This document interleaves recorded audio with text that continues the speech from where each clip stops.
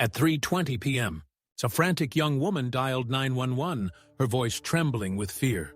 She reported that two armed intruders had broken into her apartment, restraining her roommate with duct tape and plastic twine. Hiding out of sight, she didn't know what their intentions were: robbery, assault, or worse. The call sent shockwaves through the Irvine Police Department. In this quiet, master-planned Orange County city, violent crime was rare. That year, Irvine had only recorded a single murder, and the idea of a home invasion in broad daylight was almost unthinkable. Officers were dispatched immediately, rushing to the San Marco apartment homes, located just half a mile from the station. When they arrived, the intruders had already fled. Outside the stucco-walled apartment, two terrified young women sat on the ground, shaking uncontrollably.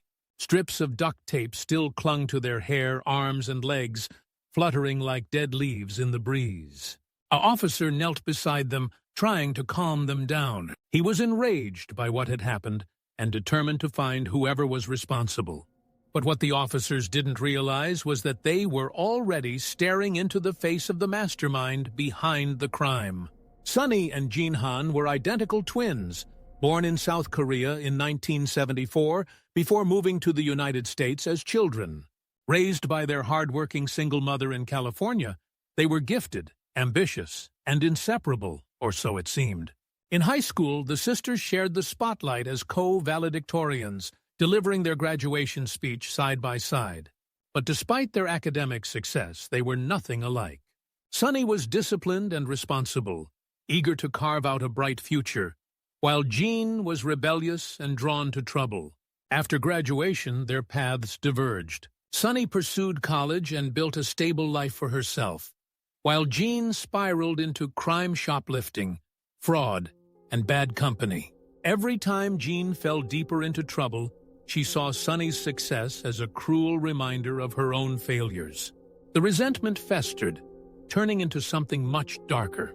Jean's criminal activities finally caught up with her when she was arrested and sentenced to 6 months in jail. However, she was granted a work furlough, allowing her to leave the facility for job shifts. Instead of complying, she used the opportunity to escape.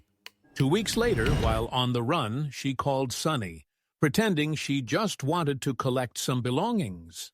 But Sunny, who had already cut ties, responded coldly, "How did you find my number? I threw out all your stuff. Don't ever call me again." It was the final push Jean needed. Humiliated and consumed by rage, she hatched a chilling plan: she would kill her twin sister and take her place. It didn't take long for detectives to piece together the shocking truth. The very woman who had appeared as the terrified victim, Jean Han, was actually the orchestrator of the crime. The betrayal stunned law enforcement and the public alike.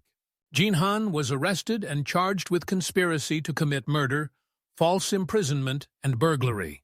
During the trial, the prosecution painted a chilling picture of a woman so consumed by envy that she was willing to murder her own twin. The evidence was overwhelming, and after a highly publicized trial, the court found her guilty. In 1998, Jean Han was sentenced to 26 years to life in prison. Her accomplices, Christopher Ferris and Edward Shin, also received lengthy prison sentences for their roles in the crime. As for Sunny, she tried to move on with her life, but the psychological scars ran deep. The case of the Han twins remains one of the most chilling instances of sibling rivalry gone deadly. It is a stark reminder of how jealousy, resentment, and desperation can drive a person to commit the unthinkable. What do you think? Leave your comments below, and have you subscribed to our channel. See you in the next video.